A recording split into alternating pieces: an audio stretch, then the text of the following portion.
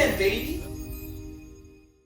Hello everyone, this is Steven, and welcome back to another Flesh and Blood gameplay video here on the Team Kitchen Fable. So we have another game for our Flesh and Blood competitive team league. I'm going to be piloting Viserai versus Katsu from Team Hyperloops, and then we'll see how we fare in this one. Here we are. I'm just starting with the sideboard plan. My idea versus Katsu is to go a little bit more mid-range instead of the OTK. This is going to be a hybrid build that I have here. It's actually Matt Rogers' hybrid build, I believe. I changed one card, but you're not going to see it here. It's mostly for the OTK variant. So we'll see how we fare in this mid-range battle. Um, so you're going to be able to find Matt Rogers' list out there about. It's not, I believe it's not that hidden of a list. I'm not super well versed with the cyborg guy, so you're going to see there that I did bring in 64 cards. But I think it's fine. It's not going to lose me a lot of power to just bring in 64 cards. Here's a roll off.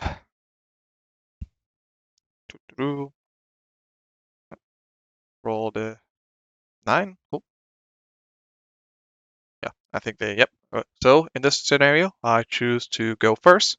In the first turn, even if you're not attacking, getting the chance of creating a bunch of rune chants, and then coming to your second turn, just hitting pretty hard in any way is actually pretty ideal. This is a turn that not going to create a lot of rune chants, so we're just happy to just have some for the next turn, because anything pretty much we throw out on the first turn, Katsu's just going to be happy to just block out and just take minimum damage. So we do Whispers of the Oracle just to set up for our next turn. I see two great defense reactions. I believe I keep both of those on top, especially reduced to rune chant, knowing that I'm going to be ending this turn with some rune chants, like without a doubt, because of the way that Spellblade Assault is. I'll be ending I'll be getting one from Viserai's ability, and then two from Spellblade Assault itself. It gives me 3 rune chants, which is a pretty good number to have. And a lot of your cards do cost 3, and getting it reduced by, and have the ability to get reduced by the number of rune chants you have. So it's super nice to have exactly 3. I think that's one of the key numbers to have. Okay, see, we blocked out. I Arsenal and Lightning Strike, then we pass the turn. And we got a lot of defense reactions here. But we'll see. It depends on what my opponent does turn out. But Viserai is just a great hero in being able to do a kind of pivot strategy depending on the hand that we get. We're going to be defensive here with the very defense reaction heavy hand that we have. We see a leg tap for 4. We love to see it. We easily get it blocked out by a reduced rune chant. They attempt to Razor Reflex it, and I'm going to actually throw out the Sigil of Suffering here, because even if they block it out with 3, we're still going to be able to block the whole 7. And if they don't block it out with 3, even if they pay for it and take the Darkin damage or not, like, it's still fine. It's a good trade, I feel, for us. They get to go again, they get it 1 chip damage from the Kadashi, and they pass the turn. Seeing them with no arsenal, super happy about that. Let's see what I decide to go for here. I believe it's just going to be an Alliance Strike for 7, because 4... we took 1 damage from that whole exchange. We kept 2 cards, and thanks to the rune chance we made earlier, we're going to come in for 7, 8, 9, 11 damage. So it's just a good turn cycle trade that we were able to do.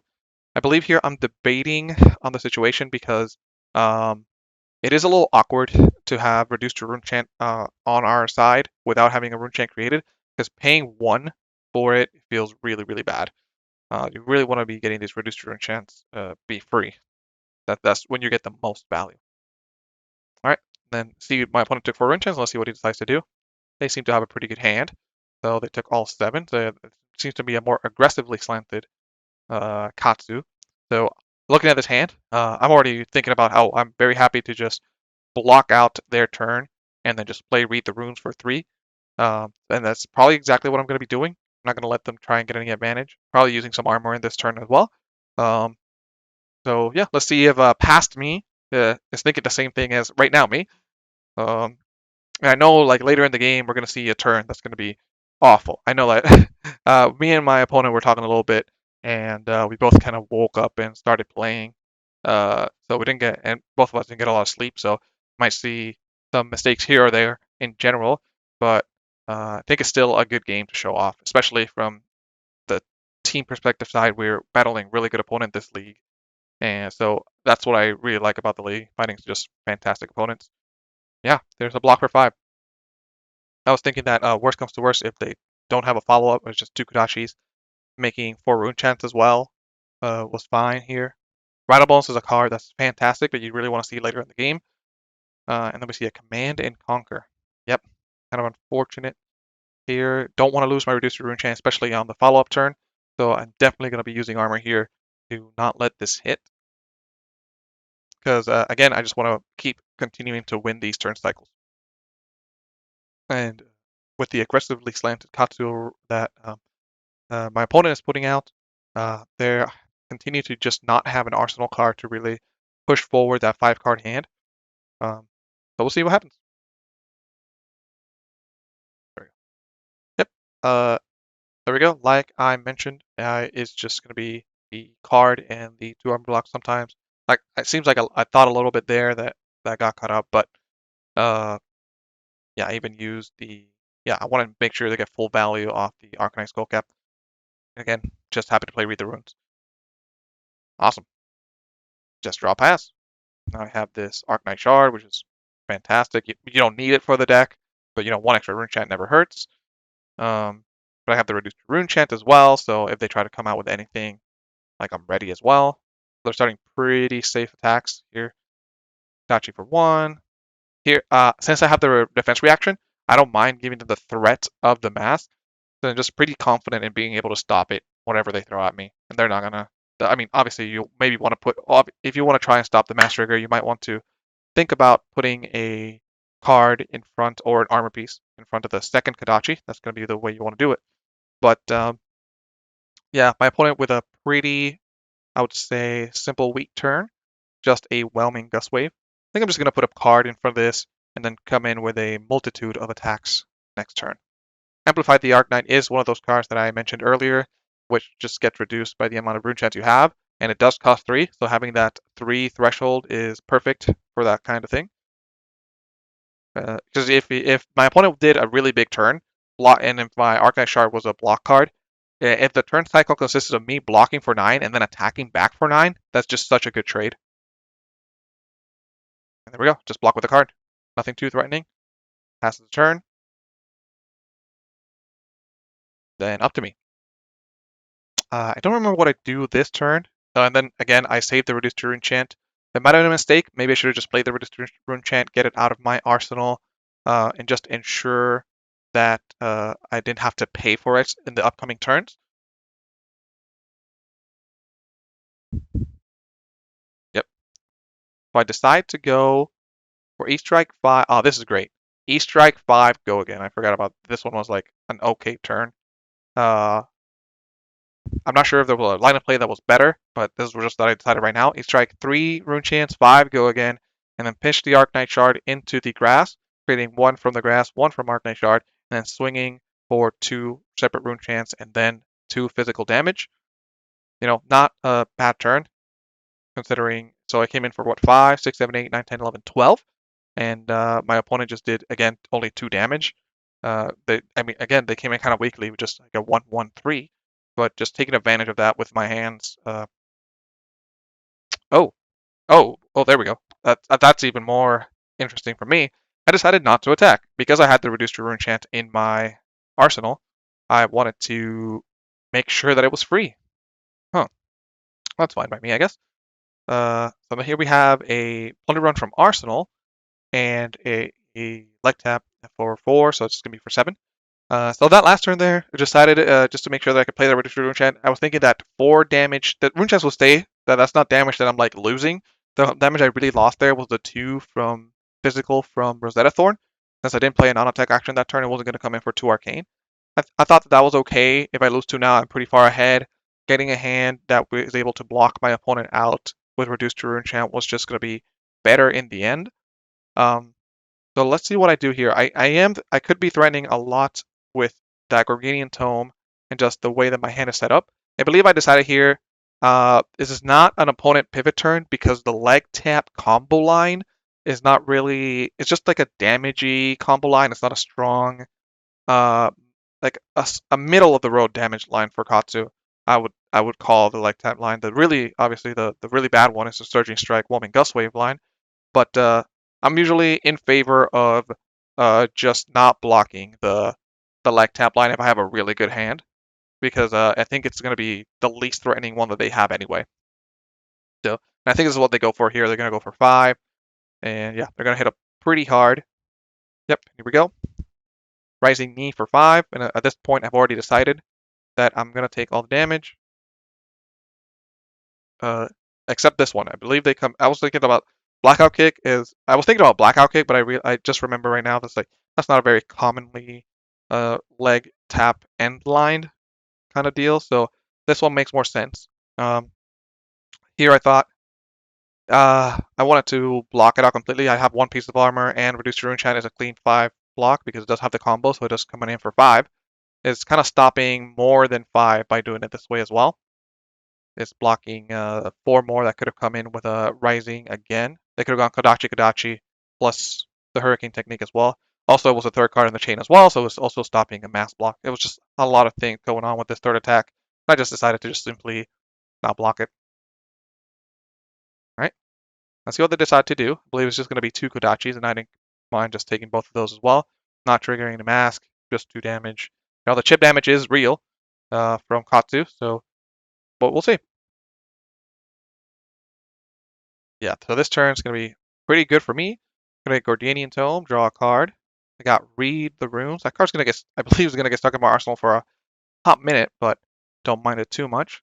But it's going to be a pretty good damaging turn. I believe they came in for 7, then plus 5 and plus 5.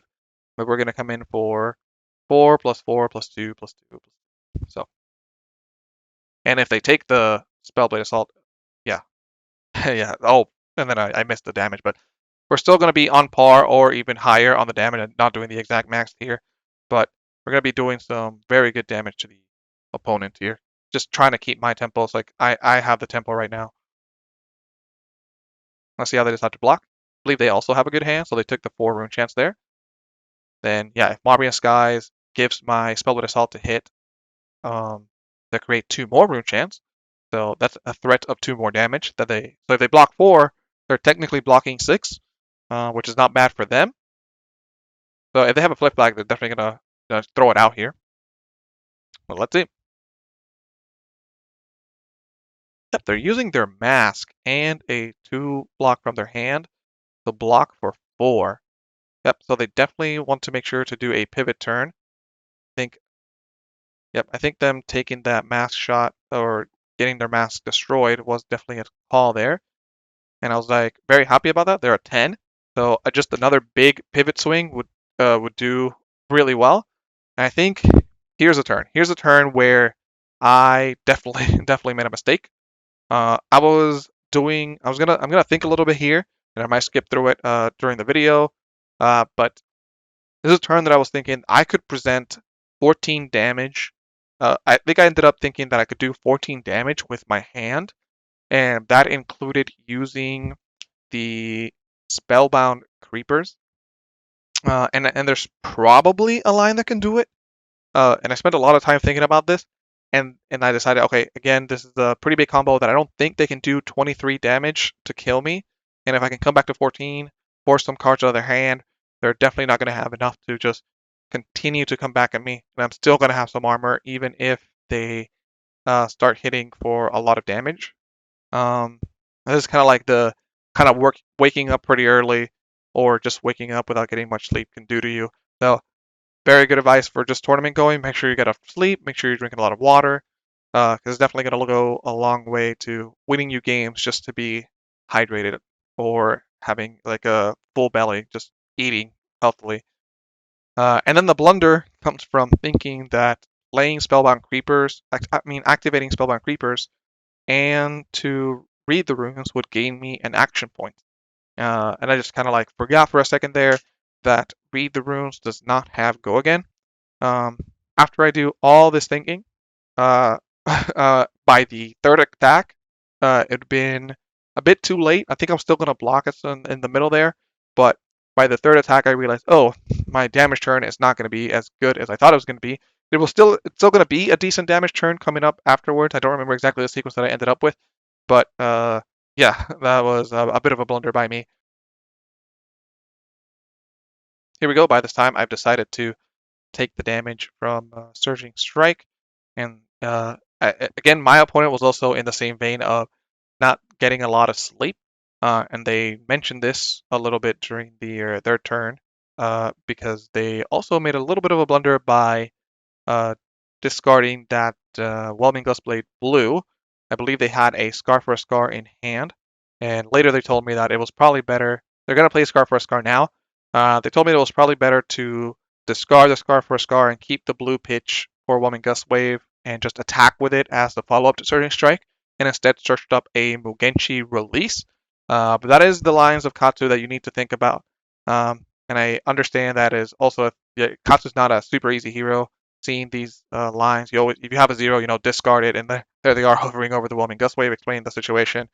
And then I'm telling him, oh yes, I also did a big blunder here. Uh, it was fun. This was what I affectionately called the Steven mirror. We both were named Steven, and it was definitely a Steven was definitely a fantastic person to talk with. Just down to earth guy.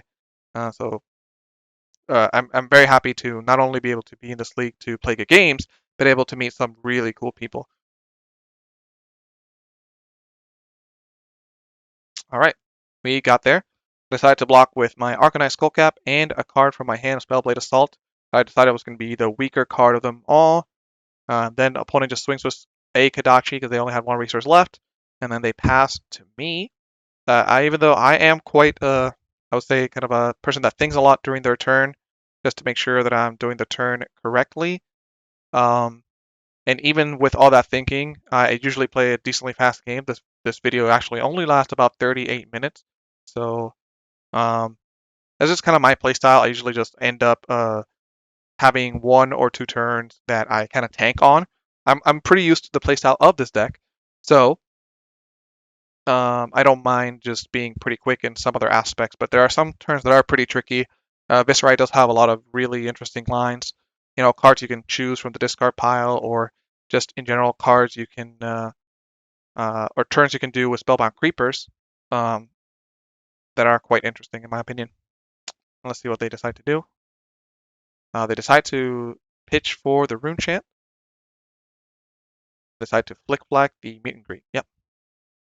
So that's 2 cards out of their hands. Again, super happy. But oh yeah, this is me here explaining that Meet and Greet is actually coming in for 5, and that I just want to make sure that he knows about it, and just like to take the card back if he wants. This is, even if we're playing pretty high competitive games, I don't want to cheese anybody out of a win.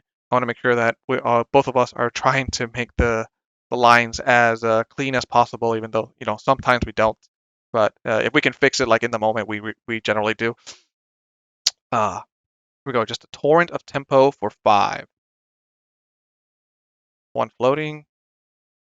Yep. So here I am charging my discard pile. It's going to be a little bit off frame, so there's not going to be a lot that you can see, but I'll try to uh, fill it in here. I do have the rattle bone, so this is the time that I want to check that out. Usually we want to have like 1 of each attack in your discard pile, if you can. If you're tracking through the game and you maybe block with a Dread Triptych, that was a weird one, or block with a Rune Flash, those are good attacks to have in your discard pile just because they can be Rattlebone's targets later. Of course, if you can play them as well, that'd be the best. But right now, I don't have a lot of different kinds of attacks. I have a lot of Spellblade Assault and different colors of Spellblade Assault and Meet and Greet. So not really a lot of options for my Rattlebones. But I do have 2 Rune Chants, and I do have the, what's it called here? The Blushy Skeleta. So this might be one of the turns where I do some kind of really intricate Bloodsheet Skeleton combo, or maybe I decide, hey, I still have quite a lead. These 2 Rune Chants are gonna do some work. So I believe I just block for 5 here, which might have been a bit of a blunder. I should have maybe blocked for 6, thinking about the Ancestral Empowerment that I saw from my opponent. And I think that is what's going to happen. It's going to bite me in the butt a little bit, but not that much. So we'll see what happens. Yep, yep. Here we go. Block a clean 5. There is the Ancestral Empowerment.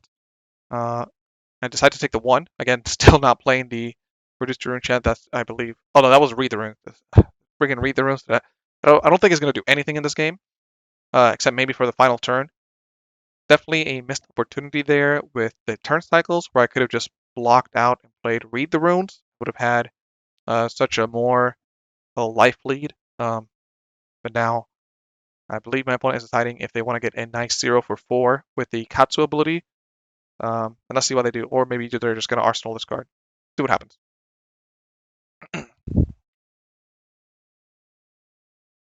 Yep, and there they go. They decide to discard their Lord of Wind. I believe they're getting a... I believe they used up all their 0 for 4 Fluster Fists. So they're just going to do a basic attack here for 1. I believe 1 for 4. I believe it's Genshi release. And I think I take it. And I just am happy to come in 1 for 7. Yep, there's Mugenshi. And I believe I would just take 4. Yep. Kind of getting into a close game here that I feel shouldn't have been this close. Again, my opponent made a little bit of a blunder as well by discarding the Whelming Gust Wave instead of discarding the Scar for a Scar. If I'm remembering this turn here, I believe I chose 5 with Go again, because I thought that making the Rune Chance was going to be more beneficial for my follow-up plays. But it's also very possible that I just played for 7, as that is lethal, and I think ensuring that the opponent got cards out of his hand was more beneficial. And yeah, that's what I did. That makes a lot more sense on my end. So yeah, again, Katsu, or honestly with any hero on a 2-card hand, it's not very threatening. I'm just going to be taking these Kodachis, no big deal. And yeah, this is the turn. I believe I told my opponent, hey, I got it. But this is one of those turns. I believe it's not going to be super obvious what I do with this hand. Become the Arknight is another card in the Viserai deck that just makes you think a lot more of your turns. You can just do many, many things. Get many, many cards, discarding, an attack to get a different non-attack, or a non-attack to get a different attack. It's just going to be, I just become the Viserai deck, as I mentioned, is just very interesting. A lot of different play lines. I was thinking that the worst thing that my opponent could do was come in with an attack that could threaten with Snapdragon Scalers. That would be an attack for 5. So it would be 2 things. So it would be a trigger to draw a card and to give it Go again. And this one is actually one of the best turn cycles for our opponent, which would be Snatch. So if this Snatch hits, that's 2 card draw. So I'm definitely stopping this one. And it's actually a pretty simple block with just 1 card from my hand and the Arcanized Skullcap, because now I have less life than the opponent. So I'm actually just quite happy to block it out. There's nothing the opponent can follow up if I do this block. Like, they have no cards in hand, no cards in arsenal. So yeah, I believe I even tank a little bit about if I should block this or not. And then at some point I realized, wait, this is 2 card draw. So, or actually it's not. It's not 2 card draw. They don't have a Mask of Momentum. But actually just 1 card draw. So forget everything I just said. All right. Yep. Block for 4. Single block. Don't need this Drip Tick for my turn. And even if I don't kill them here, I'm going to have a good turn. Let's see. I Mortar Tide into Become the Arknight. Oh yeah.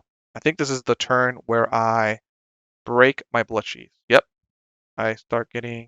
I just looked through my stuff thinking, oh, maybe Sonata's better, but no. I think getting Rattle Bones into another attack and just threatening a bunch of damage is the way to go.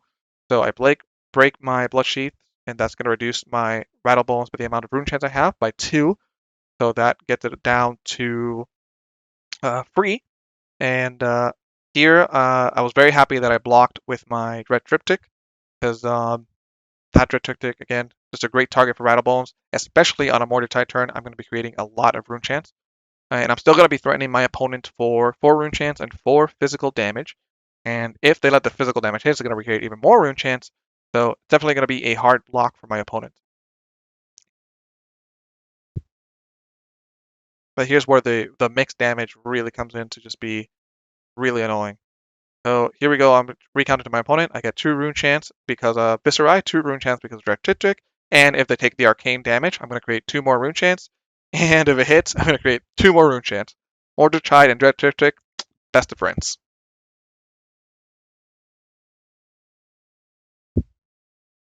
All right.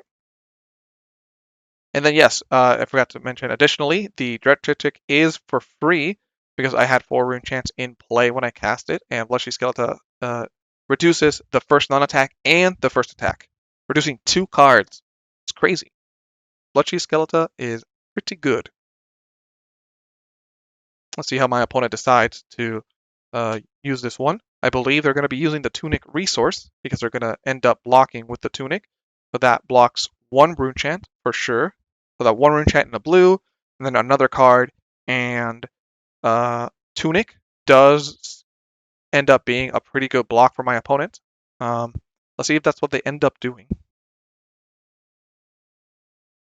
Yeah, and it seems like I caught my opponent in a very, very awkward situation in which they didn't have a blue card to be able to pitch for all the rune chants. They did not want to give me 2 more rune chants, so they ended up deciding to pitch a yellow and a red, including the Tunic resource, to um, block out all the rune chants, just because taking 1 would net me 2. That would make a lot of sense to me. And then they're just picking the last card, or they yeah, they kept a just a that's actually pretty interesting to me. I don't remember what. Let's see what they have available to them. But oh, I see it's an E-strike for 7. But yeah, blocking with that Tunic only giving me 2 more rune chants. They were just ensuring that they could do some amount of damage to me, just make sure that they don't fall too far behind. I don't know what that other card in hand was, but if it was a card that they could not pitch to the Kodachis, or maybe it was just 1 Kodachi, maybe they just thought that there wasn't enough to just do 1 damage that I could just easily take and keep a full grip of hands. Um, so I believe this makes a lot of sense that they want to threaten lethal to get at least a card out of my hand, which they are going to do. I'm going to be picking the weakest card. Actually, I have a defense reaction, so it mitigates the most amount, and it's the perfect use. It is a defense reaction. And here is where I was like, okay, I think I got it no matter what happens here. Even if I miss on this Sonata Arcanics, having 6 rune chants and then following it up with an attack is going to be a-okay by me. Um, let's see. Oh, not even. I see that. Yeah. This turn. Yeah. So the Sonata Arcanics was just used to play a non-attack action, so I can get the Viserai trigger at this time. Didn't matter if it hit. If it hit, that would have been amazing. Especially if I hit something like a Rune Flash or a Meet and Greet. It would have been the ideal situation. But in this case, it's fine. Again, thanks to the rune chant creation that I had previously. 6 rune chants and 4 physical is still a lot to overcome. This mixed damage, once again, just coming into really great effect in this Viserai build. Um, yeah, let's see how my opponent's gonna. My opponent definitely is going to live. There's no threat of any further rune chants from getting hit for arcing damage, so I believe they take a little bit of. Yep, they take a little bit off that. I think they're doing the math as well. I can't pay for Spellbound Creepers, play a non-attack action, and then swing with Rosetta Thorn following it up. I just simply don't have the resources to do all that since Spellbound Creepers does cost 1. There we go. They have 2 blues here that blocks all of the rune chants. And I believe they just block with 1 card, and it blocks for 2, so they take 2 damage. Again, super happy. They're pretty behind at this time. Whatever this card is, even if it's a 0 for 4 attack or a 0 for 3, or yeah, so they decided to keep a 0 for 3, one of the only cards that would have still threatened lethal. But again, I'm happy. I threw that card out pretty fast. I'm pretty happy with just blocking with Rune Flash here since I got the Marbian Skies. So I think this is where I tell my opponent, okay, look, I got it. There's no way you're gonna stop this onslaught. So Marbian Skies into 3 rune chants with 6, go again. Yeah, even without anything else up my sleeve here, it is going to be 1 rune chant, 2 and 2 from my opponent. So they have a blue, block all 3 rune chants, block for 6, and then like 1, 2, and 2. Even if they have a blue in hand, I decided to just make sure that the Read the Runes that was always there, use the Spellbound Creepers to play it as an instant. That would board rune chant, and that's going to be GG. So we just saw just the mixed damage of Viserai just really put in the work versus the Katsu deck. So thank you so much for watching, and make sure to stick around. Again, like and subscribe so we can get you more of this Flesh and Blood competitive team league gameplay. Peace.